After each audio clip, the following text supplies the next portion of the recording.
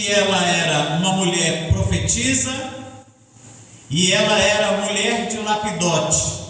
Então se entende pelo texto que ela era uma dona de casa, que ela era casada, ela tinha esposo, que ela tinha família.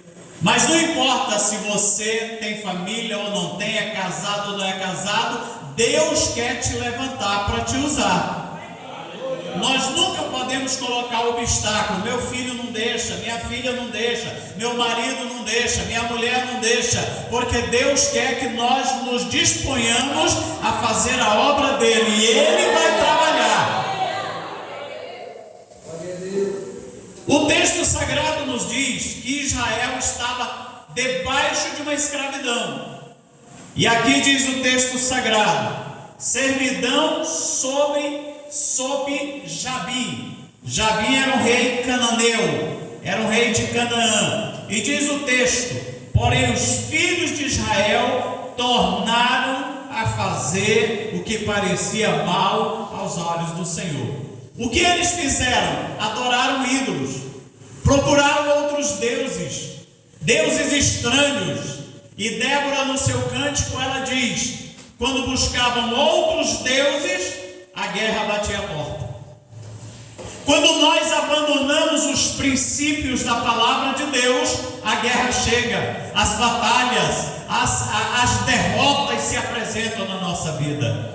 Mas quando nós nos aproximamos de Deus, nos humilhamos diante dele, ele ergue a nossa vida e ele levanta. Glória seja dada ao nome do Senhor. E como eles pecaram, o texto diz assim, e vendeu-os o Senhor na mão de Jabim.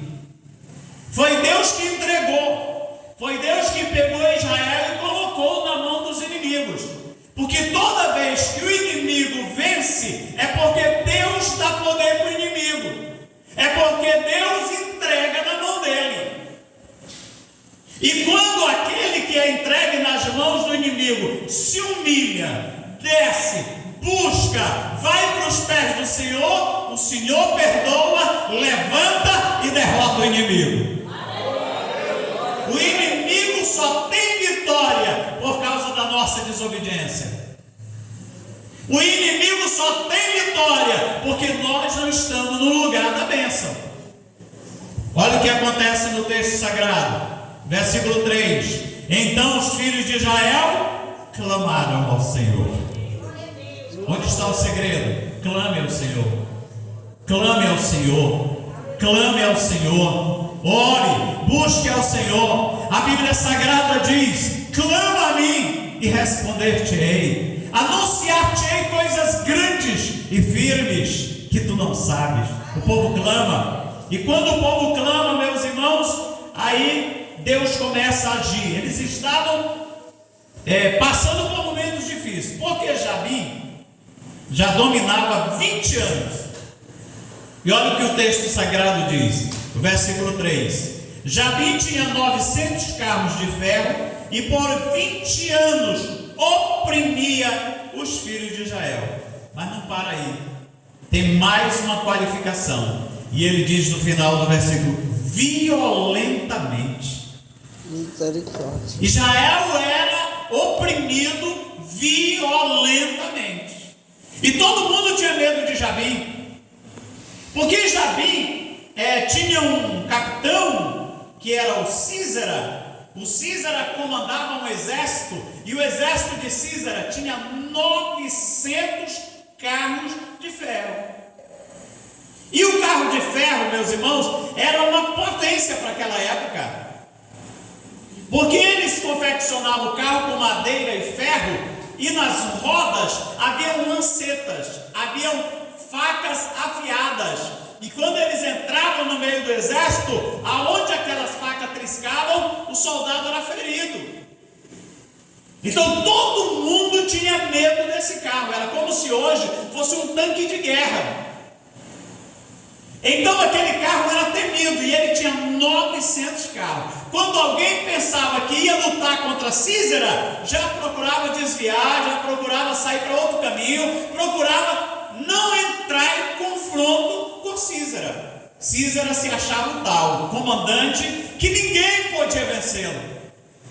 E o povo de Israel, irmãos, olha que tristeza. A Bíblia Sagrada vai dizer, no capítulo de número 5 e versículo de número 8, olha o que diz, irmãos: e se escolhia deuses novos, logo a guerra estava às portas.